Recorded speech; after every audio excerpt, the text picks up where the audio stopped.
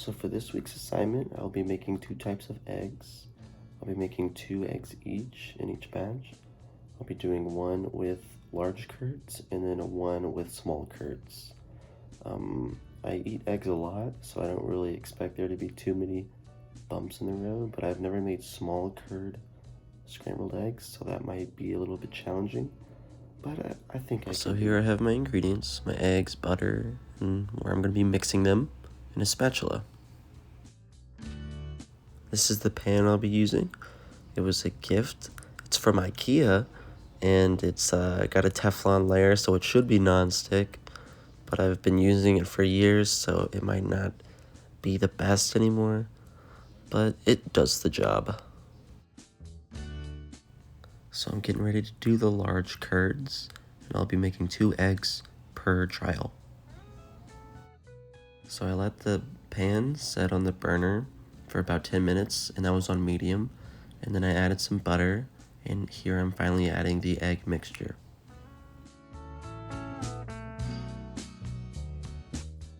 To make these large curd eggs, I let the egg mixture sit in the pan for a while.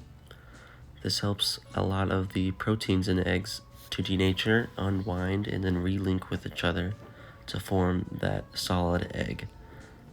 Using higher heat and using a longer cooking time also helps to create a tighter gel, which in turn helps create larger curds in the eggs themselves. As I stir the eggs, more of the egg comes in contact with the hot pan, and more of the eggs can become denatured. So here are the finished large curds. They're very large, they're almost spongy. I overcook them, but that's the way I like it. But in doing so, a lot of the water left the egg, making them a little bit smaller. So starting on the small curd eggs, I've combined 2 eggs together. I put some butter in the pan, and as you can see, I set the burner on very low heat. The lack of heat will allow for more control over the curd size. So I added the eggs and now I'm stirring constantly on low heat. On low heat, not a lot of proteins will denature, but when they do, the stirring helps those proteins find each other and relink to form smaller curds. The eggs have finally started to thicken up. It's been a few minutes of stirring, and they'll probably take a few more minutes and be done. So here's my finished product. I think I left them in a little bit too long because they've shrunk and there's not a lot of water in there anymore. But it looks okay, I guess.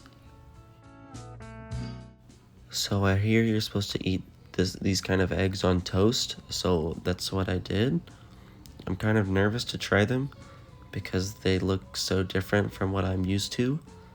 But I've heard they're good. So I tried the small curds and it tasted exactly how I expected, just creamy scrambled eggs on toast. As you can see, the curds are very small, so I think all in all I did a decent job, although I wish I would have taken them out a little bit sooner. So I just finished cooking all the eggs, and I will say I prefer the large curd eggs. That's mostly because that's what I'm used to. I don't really think I had many bumps in the road. I did overcook, I think, both batches, but I do like my eggs overcooked. Undercooked eggs, or I guess normal cooked eggs, kind of freak me out because they're kind of runny. But overall, I think it went well. I'm not against the small curd eggs, but I just don't prefer them. But overall, I think it went okay this week.